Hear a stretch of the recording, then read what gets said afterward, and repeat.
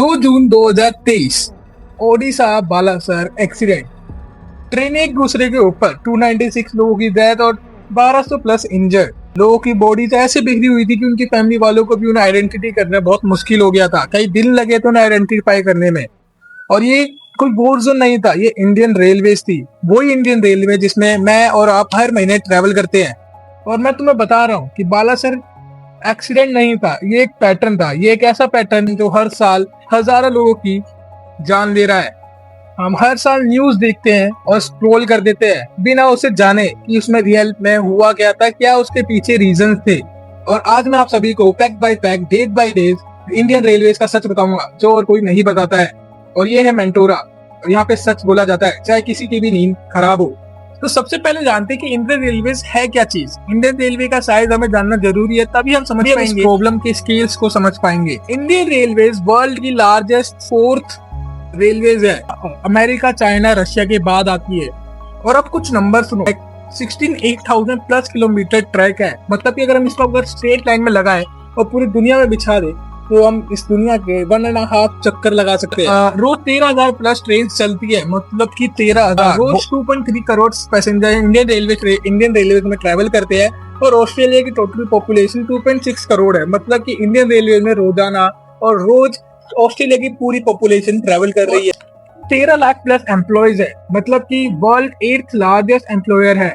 Indian army के बाद सबसे ज्यादा लोगों को नौकरी इंडियन रेलवेज देती है। तो ये एक छोटी चीज नहीं है, ये एक बहुत बड़ा स्केल है। और ये इसके बिना इंडिया भी नहीं चल पाएगा। और अब सुनो डार्क साइड।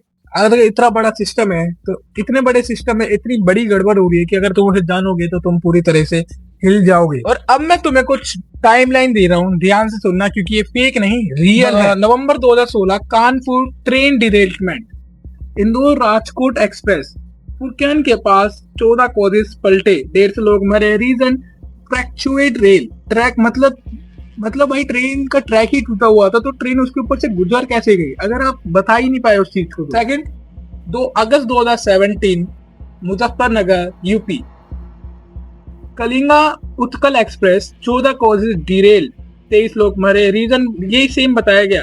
भाई मतलब कि रीजन क्या है, जो ऊपर से रीजन आया वही सेम टू सेम रीजन यहाँ पेस्ट कर दिया। फरवरी 2019 अमृतसर ट्रेन एक्सीडेंट, ये सबसे हार्ट ब्रेकिंग था। दशहरा के दिन लोग ट्रैक के पास रावण दहन कर रहे थे। ट्रेन आई, 59 लोग मरे, मोस्टली फैमिलीज, भाई बच्चे भी वहां थे। रेलवेज ने कहा लोग ट्रैक पे क्यों खड़े थे, अनाउंसमेंट क्यों नहीं की। फिर आता है सबसे बड़ा जून 2023 ओडिशा ट्रेन एक्सीडेंट। ये जो मैंने अभी आपको स्टार्टिंग में बताया, कोरोमंडल एक्सप्रेस बेंगलुरु 4-वे सुपरफास्ट और एक goods train, 3 train, 296 death, 1200 injured. Post independence India के सबसे खतरनाक train accident. Reason electronic interlocking system में एरर।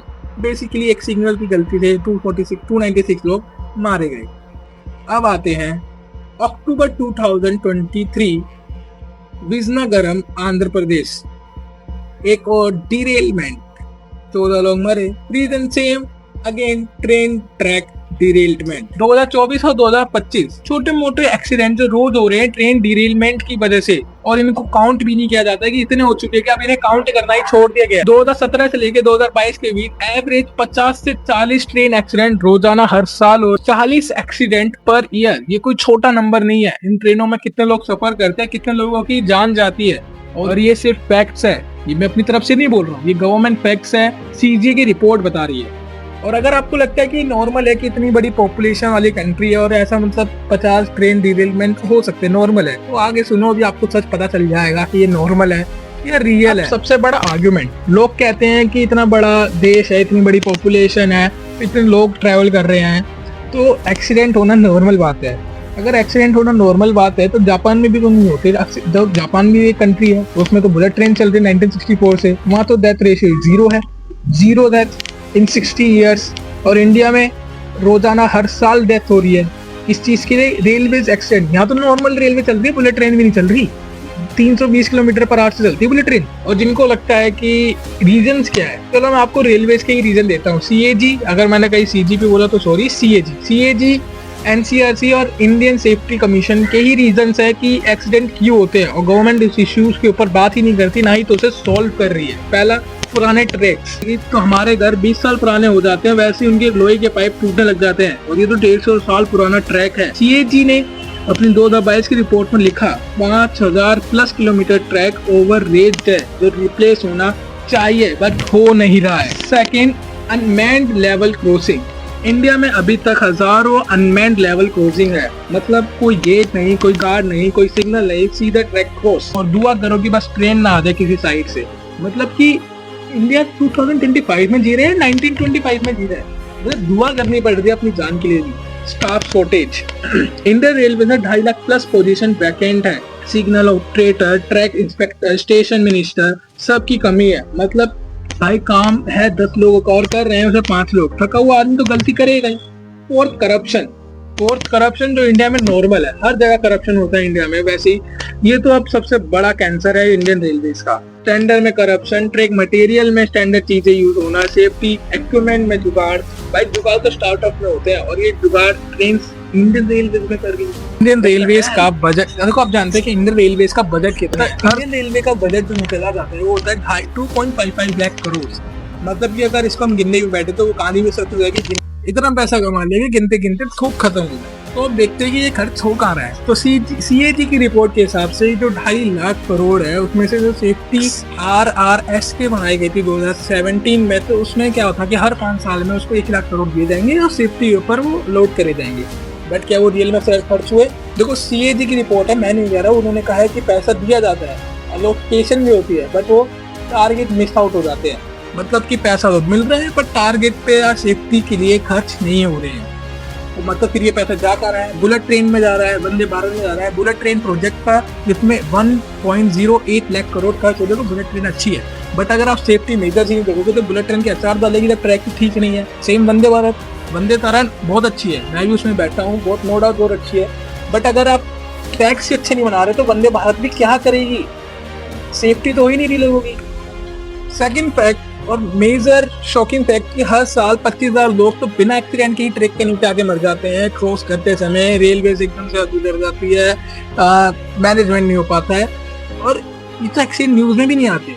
मतलब कि, और ये मेरा डाटा नहीं है, ये NRCP का डाटा है और गवर्नमेंट डाटा है, मैं नहीं बोल रहा। तो आप ही देख लो कि अब क्या सही है क्या गलत है। और जो लोग कहते हैं कि इंडिया को अगर आप जापान से कंपेयर कर रहे हो तो वहाँ पे पॉपुलेशन कम है और इंडिया में ज्यादा है और इसलिए एक्सीडेंट होते हैं, तो ठीक है आप चाइना का एग्जांपल ले लो, उसमें भी तो 140 करोड़ लोग रहते हैं। भाई चाइना में 2008 में हाई स्पीड ट्रेन शुरू हुई थी, आज 40,000 प्लस किलोमीटर स्पीड ट्रैक है, दुनिया का सबसे बड़ा। हम अभी भी एक बुलेट ट्रेन के रूट पे डिबेट कर रहे हैं, 2017 में अनाउंस हुई थी और अभी तक वो कंप्लीट भी नहीं हुई है। तो अगर मैंने इसको क्रिटिसाइज करा है इंडियन रेलवे का, तो मुझे उसके सोल्यूशन भी देने होंगे कि उसको हम कैसे ठीक कर सकते हैं। कुल 5 सॉल्यूशन है जिसके ऊपर इंडियन रेलवे काम कर रही है, बस उसको थोड़ा अपग्रेड करना चाहिए। कवर सिस्टम जिसके ऊपर इंडियन रेलवे काम कर रही है कि अगर 2 ट्रेन आमने सामने आती है तो ऑटोमेटिकली डिस्प्ले रुक जाएंगी। तो अभी तक इंडिया ने उसको 1500 किलोमीटर तक डिप्लॉय किया है, बट इंडियन रेलवे का साइज 68,000 है, तो थोड़ा स्पीड अप करना पड़ेगा। थोड़ा जो ट्रैक रिन्यूएबल है वो 5,000 ट्रैक जो ओवर एज ट्रैक है उसको रिप्लेस करो, हर साल टारगेट करो 2,000 किलोमीटर रिप्लेस करेंगे 3 साल में, डन। बजट है 2.5 लाख करोड़, यूज करोगे। और सोल्यूशन 3 मेरा होगा हायरिंग, कि अगर आप लोगों को 2.5 लाख, जैसे कि 2.5 लाख वैकेंट पोजीशन है तो उसमें भरो, एग्जाम लो, इंटरव्यूज लो, भर्ती करो, फिर स्टाफ होगा तो मॉनिटरिंग होगी, मेंटेनेंस होगी और एक्सीडेंट कम होगी। तो था अकाउंटेबिलिटी, अगर आप अकाउंटेबिलिटी के ऊपर भी काम करते हो तो एक्सीडेंट होता है तो इंक्वायरी होती है, रिपोर्ट्स होती है और फिर बंद हो जाते हैं, पर उसको पनिश नहीं किया जाता। जब तक अकाउंटेबिलिटी नहीं होगी तब तक केयरलेस नहीं रुकेगी। और 5वां, हमारी रिस्पॉन्सिबिलिटी, हम खुद ट्रेन के गेट पे खड़े हो जाते हैं, ट्रेन को क्रॉस करते हैं, तो हमें भी थोड़ा अपना सिविक सेंस देखना पड़ेगा ताकि ट्रेन एक्सीडेंट कम हो। देखो मैं सच बताने जा रहा हूँ कि जब ये बालासर एक्सीडेंट हुआ था तो उसमें फोटो आई थी, इमेज आई थी कि एक बच्चा था जो अपने स्कूल के लिए रवाना हुआ था इस ट्रेन में, जिसका स्कूल बैग रेड कलर का था, उसके अंदर पेंसिल बॉक्स, लंच बॉक्स और उसकी बुक्स थी, और जब वो ट्रेन में बैठा अपने स्कूल के लिए तो कोई वापिस नहीं आ पाया। मतलब कि इंडिया में हर साल एक्सीडेंट होते हैं, हर साल 2 दिन न्यूज में आती है और हम उसे देखते हैं और व्हाट्सएप पे RIP का स्टेटस भी लगाते हैं, बट फिर बाद में हम उसको स्क्रॉल कर देते हैं। तो बस मैं ये कहना चाहता हूँ कि ये जो फ्लक्चुएशन इंडियन रेलवे में है, करप्शन है, जो प्रॉब्लम्स है, तो उसको इग्नोर मत करो, आवाज उठाओ, डिमांड करो और इस वीडियो को शेयर करो ताकि ये हर लोगों तक पहुंच पाए। और ऐसी वीडियो के लिए इस वीडियो को लाइक करके चैनल को सब्सक्राइब भी कर लेना, क्योंकि ऐसे सच और कोई नहीं बताने वाला।